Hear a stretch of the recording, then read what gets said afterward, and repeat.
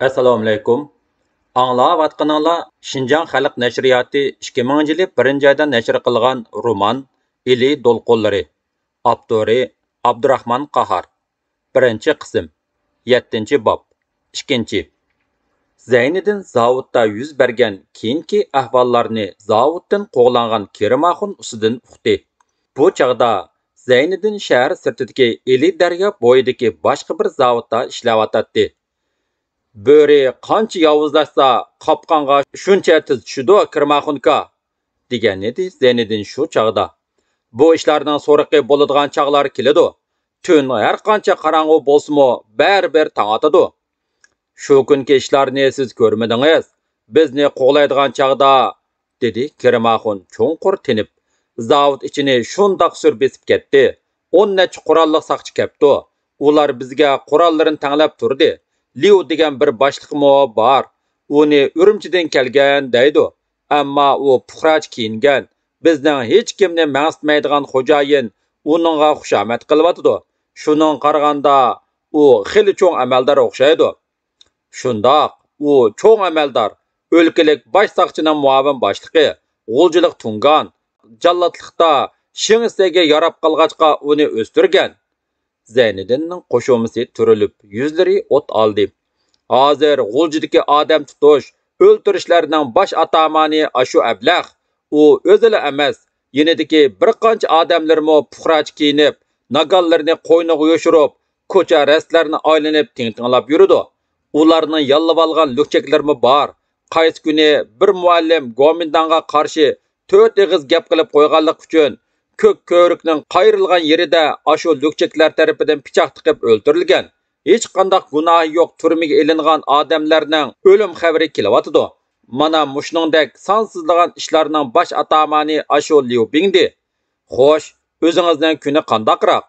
4 ko'cha do'qmishda yamoqchilik qilyapman. Hunaringiz asqetibdi-da. Zavodga 30 yil ishlab, oxiri qolgan kunim shu. Yomon emas ukam. Uyning choy tuzini qamdab ketyapman. Japa tartsang halovat ko'rsan deydigan. Tartman japarimmo qolmadi. Halovat bizga nisb bo'lmaydigan o'xshaydi. Nisb bo'ladi. Yaxshi kunlarga ega bo'lamiz.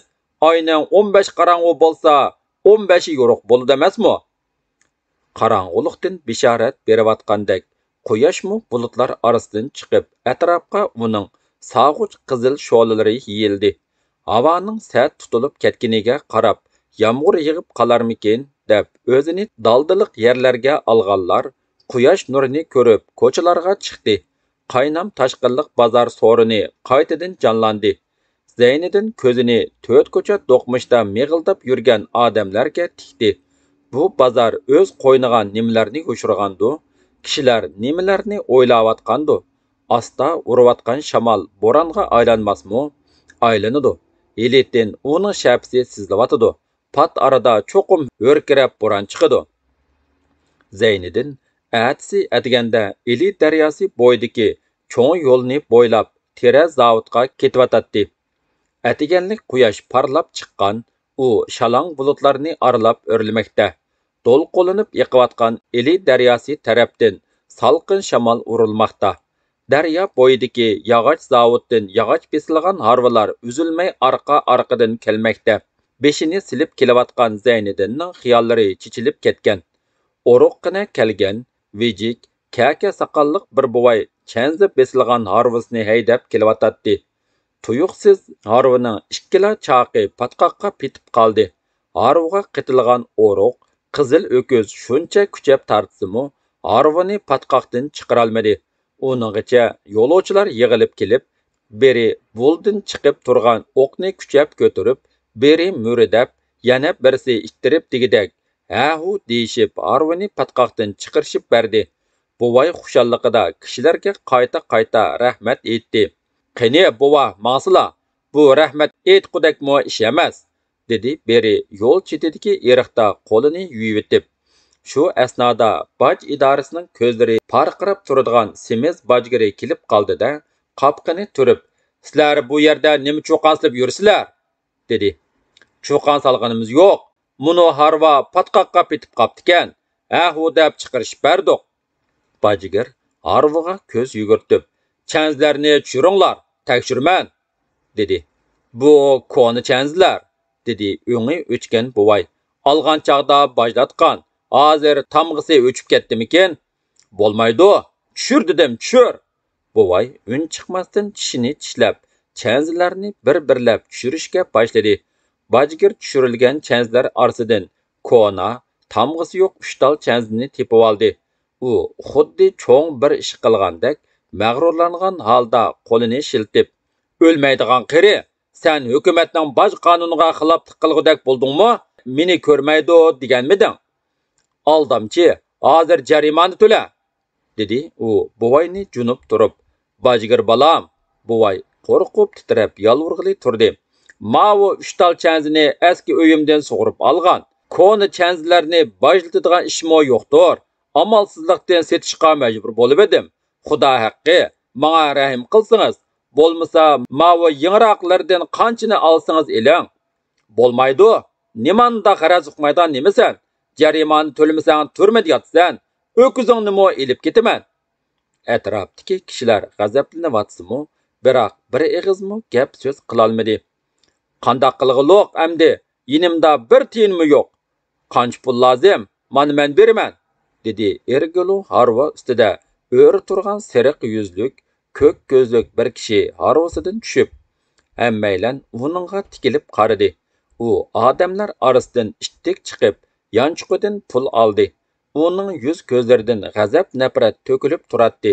Semiz bajgar uning qo'lidan pulni ilib, sanab yanchuqiga soldi. Ondan beshini lang'ishtib qo'yib ketdi. Buvay ko'k ko'zlik odamni quchoqlab kichik boladek yig'lavatdi. "Siz mening bola chaqalarimning savobini oldingiz. Bergan pulingiz uchun mushu chanzlarning yerimini eling, ukam." Pul bergan kishi buvayga tasalli berib, chanzlarni harvaga besishib berdi-da, uni yo'lga soldi va harvasini haydab ketayotgan buvayning orqasidan miyiqida kulib qarab qoldi. Odamlar tarqalishga boshladi. "Siz kim bo'lasiz?" dedi Zeyniddin mingishqa taraddudlanayotgan odamning oldiga kelib kulimsirab. "Ismim Gayet. Baydan so'rab, yezidan bir harva saman akirgan. Shuni setib yinishim edi. Bu ishga uchrabdiman." Buvayga xayrxohlik qilgan Gayet ismlik bu dehqonning ishidan ta'sirlangan Zeyniddin uningga qo'lini uzatdi. "Ishchiman, tanishib qolayli. Ismim Zeyniddin. Buvayni cho'ng balodan qutuldirib qoldingiz. Shaharda harvalarni seysiga tutvatidi deb anglab, shaharning sirtidiroq mang'an edim. Buvayga bek ichim og'rib ketdi. Saman satgan pulimning hammasini berib etdim. Bo'lmasa buvay qandoq qiladi deding-a?" Zeyniddin uning kambag'alligiga qaramay, buvayga xayrixohlik qilganiga qarab ishonchli holda, "Xalqimiz ig'ir kunda qoldi. Ko'rdingizmi? Bajgirning qarab turib zo'rlik qilganini", dedi. "Bundaq ishlar hozir jiq. Yezidimi dehqonlarning ko'rmagan kuni qolmayotidi." Gayet nimishqudur so'zidan to'xtab qoldi. U bu notanish odam bilan hukumatga qarshi so'zlarni qilishdan ehtiyot qildimi, bu yerdan darhol ketish o'yiga keldi. "Xo'sh, men yana uchrashib qolarmiz. Aldiraytim. Xo'sh, omon bo'ling." 8-bob. 1. Bu yil Nadamning bo'yi lo'ngida o'sib yigit bo'lib qoldi. Uning burti xat tartgan, yuzi to'lgan. U 8 xo bug'doy besilgan Ergulu harvini haydab, bosh to'xu bilan shaharga mangdi. Yo'l bo'yi jiran qashqini ildomlatib, atiganlik choy vaqtida shaharga kirdi. Do'konlar texi ichilmagan, odamlar ko'chalarga to'liq chiqmagan, shahar vangcho'nglari texi boshlanmagan edi. Shuning uchun uningga po'sh-po'sh deyishkimi va harvasini astroq haydashkimi to'g'ri kelmadi. Jiran qashqa yeza yo'lda qandoq ildomlik bilan mang'an bo'lsa, shahar ko'chasidimi shundoq ildomlik bilan mangdi. Nadam Ahtambayning topshiriqi bo'yicha bug'doyni Ho'rinsaxonning Do'ng mahalladagi bir tuqqunning uyiga tushirib o'tib, bir china choy ichibla kayniga yondi. Ammo ko'ra darvozaning oldiga kelganda bir peshkanlikka yo'liqib qoldi. Qo'llarida sim qamchisi bor 2 otliq chirik uningga neridan varqirdi. "Hey, harva, to'xta!" Nadam bojini tartib harvani to'xtatdi. "Saysiga harvani bu yoqqa bura", dedi ular yetib kelib. hang-tang bo'lib qolgan Nadam. "Nima saysi bu?" dedi ularga qarab. "Nimliki bilan sening ishing bo'lmasin? Nimlikini hozir bilasan? Bu harva mening emas, boyning. Boy turmoq avliyo bo'lsa-mu, mang degandan keyin mang." Ularning qalatidan dahshat yig'ib turadi. "Seytani men bilmayman, boydan so'ra", dedi Nadam va otning bojisini silkidi. "Burnining bizi xil o'sib qolgan harmig'u bu", dedi ularning biri va etini devitib harvaga yondab kelib, Nadamning dumbisiga qamchi bilan birini saldi. Qamcha Nadamga xili obdalla tekkan bo'lsa-mu, lekin g'azabini besib turib dedi: "Bekordan bekor nim zo'rliq qilasan?" "Zo'rliq?" dedi cheriklarning biri. "Texi zo'rliqni ko'rmading? Mana endi ko'rasan." U qamchisini egiz ko'tarib, g'azab bilan Nadamga etilib keldi va bosh ko'ziga tarsildatib urishga boshladi. Cheriklar ana shu taqlidda Nadamni harvisi bilan qo'shib haydab mangdi. Cheriklarning oldiga tushib, cho'nqur xiyol bilan ketib borgan Nadam o'ziga o'xshash sayskashlarning birdamdala 10 dan oshganligini ko'rdi. Bu vaqtdagi sayslar asosan ikkiga bo'linadi. Biri bir kunlik haqsiz saysa, yana biri bir oylik saysa bo'lib, bu Shexodagi go'midan qo'shlarga oziq-tulik, kiyim-kechak yetkazib berish saysi edi. Buningga to'van haq faqat otlarning yam bo'g'iziga yetgudak haq beriladi.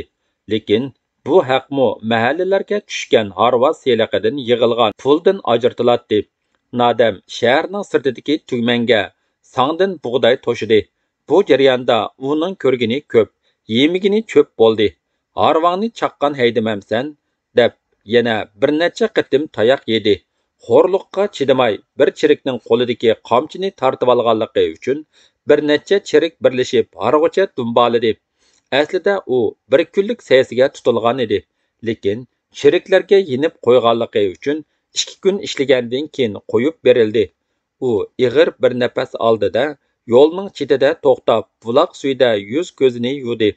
Chopinining peshi bilan yuzini ertib, buloq suyidan o'chimlab ilib, qong'udak ichdi.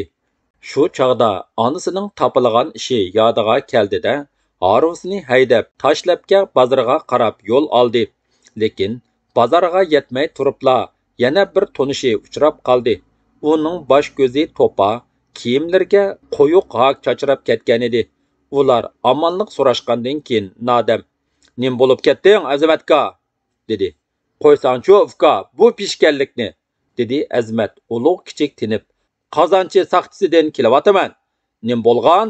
Ey, nimasin deysan? O'gizida 9-10 bog' bedi qolgan. Bu mashklar shuni purab tepibdikan. O'giziga bedi bosgan gunohim uchun qozonchi saqchi idorasini oqlab berib kelyapman." Azmat Nadamdan 3-4 yosh cho'ng bo'lib, 21-22 yoshlarga kirib qolgan. Ham bularning shiram tuqqini edi. "Tova!" deb yoqasini tutdi Nadam. "Bedi deganni o'giziga bosmay nag bosdamsa? Bu hukumat hozir o'zining soyasidan o'zi cho'chiydigan bo'lib qoldi", dedi Azmat uyoq bu yoqqa qarab qo'yib. "O'gizlarga o't cho'p bosmaslik, bir yerga yig'ilib turmaslik, kechasi baldur uxlash, chiroq yoqmaslik to'g'risida farmonlarni chiqargan emasmidi bu yurk pokpoklar? Ha, mundaq ishlar bor degina. Bu hukumat bir ushuq bo'ldi degina. Nimalar bo'lyapti? Nagil qarma, tutqun, olvang, ur yiqit." Aslida shahardagi saqchi idoralarini oqlab tozalash uchun yuqoridan pul kelib qolgan ekan. Qozonchi saqchisining boshlig'i bu pulni o'z yanchuqiga silash uchun tavasidagi mahallalarni yarim kun aralabdi. Oxiri u o'gizlarga bedi besib, hukumatning amr farmonini buzdi deb 3 kishini tutyapti. Ularning biri mushu Azmat, ikkinchisi qorosining oxiridagi eg'ilning ustiga 5-10 bog' qo'rayni chiqarib qo'ygan bir kishi. Uchinchisi yengila 300 bog' beda ilib o'giziga emas, qo'ro ichiga egiz qilib besib qo'ygan yana bir kishi edi. Saqchi boshlig'i bu 3 kishini hozir opirib solayman, ko'rgulikingni ko'rsataman deb varqirab, no'qishtirib turganda nadindir Guyjang to'pilib kelib qapti va oraga tushibdi. "Boshliq janoblari, iltifot qilsizlar, men so'rab olay. Bularning ushoq bolalari bor. qolgan gunohi uchun soqchi idorasini oqlab bersin. Boshliq Geyjangning salosiga ta'sirda ko'nibdi. Azimat bu ishni Nodamga so'zlab berdi.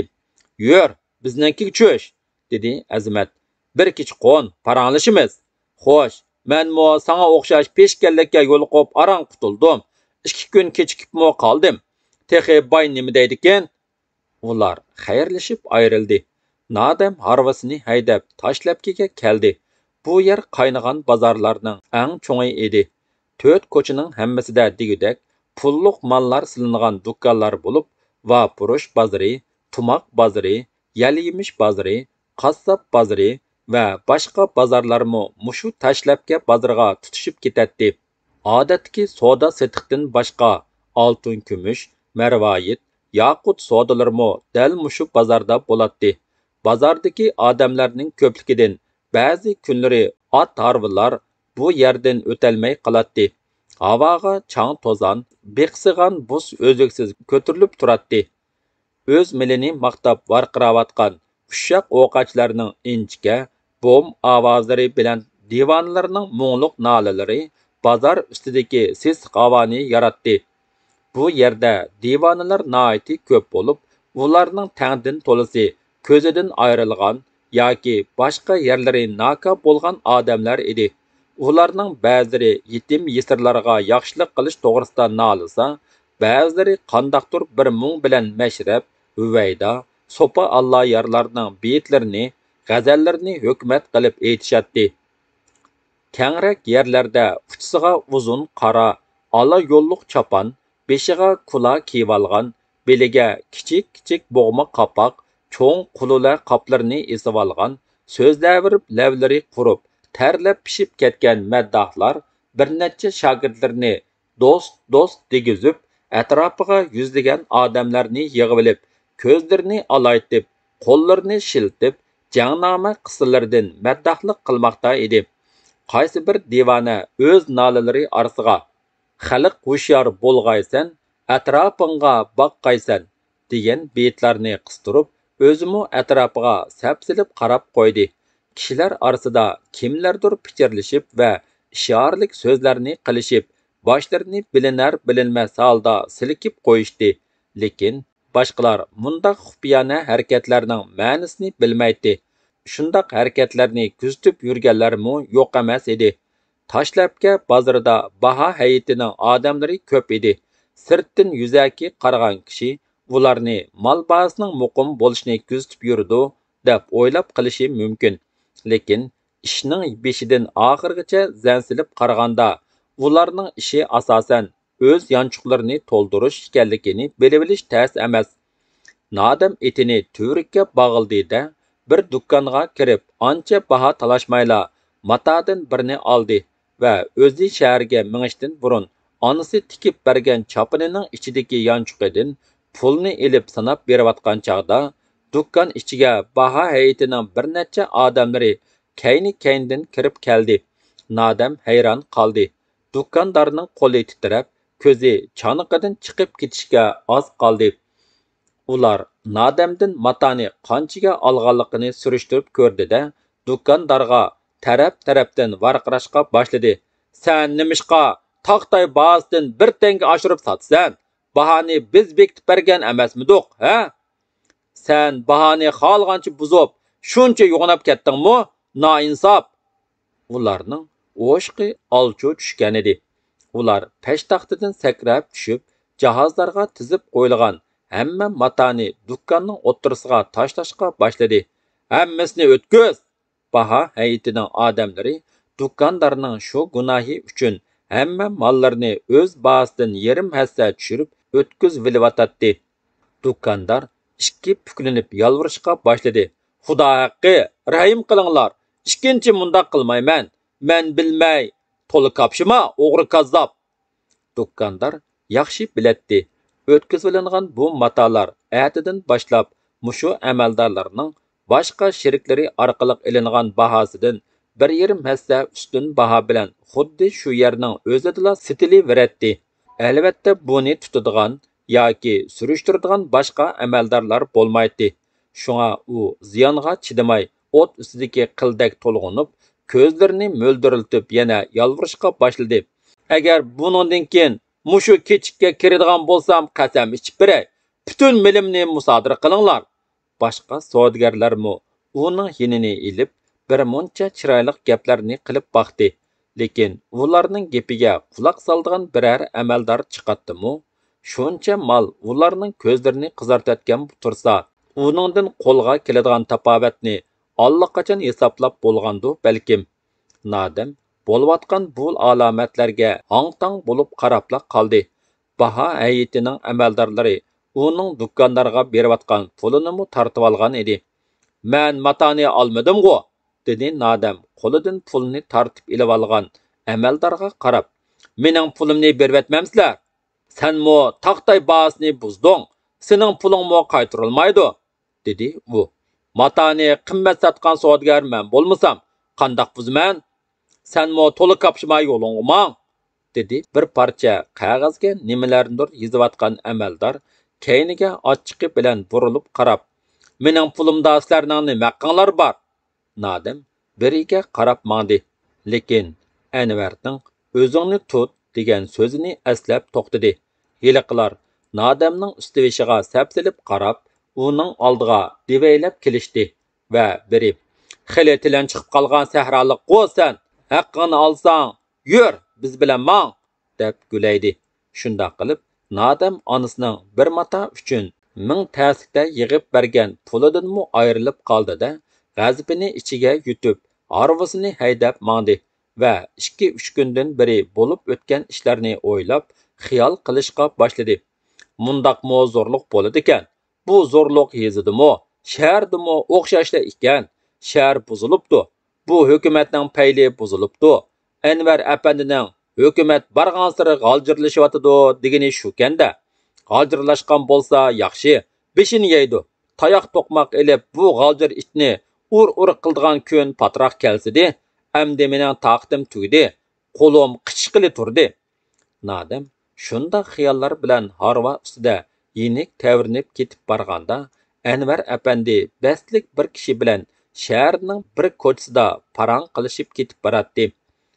"Turlik alvan yasoqlar, ig'ir siyliqlar xalqni quruq qaqshal qilib qo'ydi", dedi hiliqi bestlik odam. "Dehqonlarning to'kadigan dan siyliqi, arpa, beda siyliqi, tuyoq beji, shaharlardagi turlik sayslar necha aslab ko'paydi." Yeshi 30dan amdila halqigan, o'tkir ko'zlik, quyuq qo'shuma qoshliq, bestlik kelgan bu odam gimnaziyadan qo'g'langan o'qituvchi Nizomiddin edi. Yosh o'qituvchi Anvar uning so'zlarini berilib anglab ketib boradi. "Hozir dehqonlar uchun", dedi Anvar. "Kunlar shunchalik qattiqki, ular jinini qo'ydigan yer topolmay qilyotidi. Osmonga chiqay desa yiroq, yerga kiray desa qattiq. Hukumatning zo'rligi shunchalik hadidan oshgan. Shundoq, o'lim oldida jon tolish degan mana shu", dedi Nizomiddin ko'zlarini yiroqlarga tikib turib. Kishiga chiroyi surlik ko'rinadigan bu odamning mijozi chust edi. U so'zlarining salmiqi bilan kishilarni o'ziga osonla jalb qiladi. "Hozir ishpiyonlik, payloqchilik, chiqimchilik avjiga chiqdi", dedi u yana. "Keynimdimi payloqchi borda qiladi. Ba'zi kunlari bizning ko'chada notanish odamlar paydo bo'lib qoladi va uzoqcha u yoq bu yoqqa minib, kishilarga yer ostidan qaraydi. Uning ustiga tirikchilik bu ta's bo'lyotidi. Shunga bolalarni Mo'ng'ul kuraga achiqib qo'ysammikin da'vatman. U yerda hadangning tog'isi bor. O'zingiz ancha kechikmassiz, ahvol qarayman." Nizomiddin aslida Ilim Millatlar gimnaziyasining ilmiy mudiri İlyas apandi bilan yaqin o'tadi. İlyas apandini hukumat o'quvchilarga kommunistik tashviqot tarbiya berdi deb qo'lga olgandan keyin Nizomiddinni uning bilan yaqin munosabati bor deb maktabdan qo'g'lab chiqarib. Shuningdan keyin u un zavodiga hammol, pilichi xonda ko'mir tortquchi bo'lib ishlab, hozirgacha oiladagi 5 jonni beqib kelyotdi. Hozir bo'lsa hech yerdan ish topolmay, turmushi og'irlashmoqda edi. "Shundoq qilib, İlyas apandining hech derki bo'lmadi-da", dedi Anvar uningga qarab. "Urumchi turmisiga yo'tkalgandan keyin hech bir izdirki yo'q", dedi u hasratlanib. Qapaqlari turilgan, lavlari mahkam yumilgan Nizamiddin qandaqdir bir cho'nqur xiyollarga g'arq bo'lib ketib baratdi. Ular ikkisi bir yon ko'chadan cho'ng ko'chaga chiqqan edi. Oldidan uzunga so'zilgan va texi oxiri qo'zg'almagan harvalar karvoniga yo'liqdi. Harvalarning hammasiga un besilgan edi. Mana bu Gomindan qo'shinlari uchun Shixuga ilib boradigan oziq-tulik, kiyim-kechak, dedi Nizamiddin Anvarga qarab. Bularning hammasi sasiga tutilgan harvalar. Ular ikkisi texi 50-60 qadam mangmayla kishilar durrida qilib kayniga qarashdi. 3 chirik 2 dehqonni oldiga silib haydab kelmoqda edi. Har ikkisining qo'liga ko'yza silingan, kiyimlari jul-jul, yuzida qon dog'lari, ko'kargan izlar bo'lib, ko'zlari g'azabdan chaqnab turadi. Ularga ergashgan nurg'un kishilar echingan qiyofatda kelmoqda edi. Mana xalqimiz mushundoq kuniga qoldi, dedi Nizamiddin qo'shimsini turib. Biz dunyoga xo'rliq tartqilila kelganmi? Bizning g'ururimiz yo'qmi? Bor. Bizningmi bosh ko'tarib chiqadigan kunimiz keladi. Yurak yerilg'idek xushal bo'ladigan kunimizmi keladi. Uzoq qolmadi. Ulug' kichik tindi u. Bu o'limtiklarning qilgan etkini mushu tursa, uninga kimmi qarshi chiqmasin? Bular qancha vahshiylatsa, bizga shuncha foydali. Ular o'zlari xalqni qo'zg'ab beradi, tarbiyalaydi. Vahshiylik kuchaygan sari xalqning qo'liga qurol oldigan kuni shuncha yiqilishidi. Anvar cho'nqur tortib, ikki dehqonning yerilib ketgan yalang oyoq putlariga qarab ichingan holda mundoq dedi. Haqiqatan dehqonlarning beshiga tushgan kulfat oz emas. Men o'z ko'zim bilan ko'rib turibman-ku. Dan seliqi, olvon yasoq deganni ochliq bo'ldimi, bo'lmadimi? Buningga qaramay, kimning qanchalik yeri bo'lsa, yeriga qarab belgilaydi. Shunga olgan usuli seliqiga yetmay, yeridan, ot arvasidan ayrilib ketadigan dehqonlar nihoyat ko'p. Dan seliqqa tushliq ochliq ololmadim desa, unamdi. Voy kazzab, ochliqni nega tiqib qo'yding deb savaydi. Haq ish uchun qarshi chiqsa, ko'radigan kuni mana shu. Bu mo tirishlik bo'ldimi? Buning dodiga zodi kim yetadi? O'lganning ustiga tepmak degandek, dehqonlar bu seliqdan boshqa chirik otlari uchun yana arpa, bedi seliq to'laydi. Buning qiziq yeri shuki, dedi Anvar qizishib. Arpa, beda terimagan dehqonmi, arpa beda terigan hisobda uni boshqalardan setib olib bu seliqni to'laydi. Bu ishlarga odamning bir tarafdan kulgisi keladi, bir tarafdan g'azibi. Bundaq seliqni to'layolmagan dehqonning putiga kishan, qo'liga ko'yza, bo'yniga qovuq silinadi.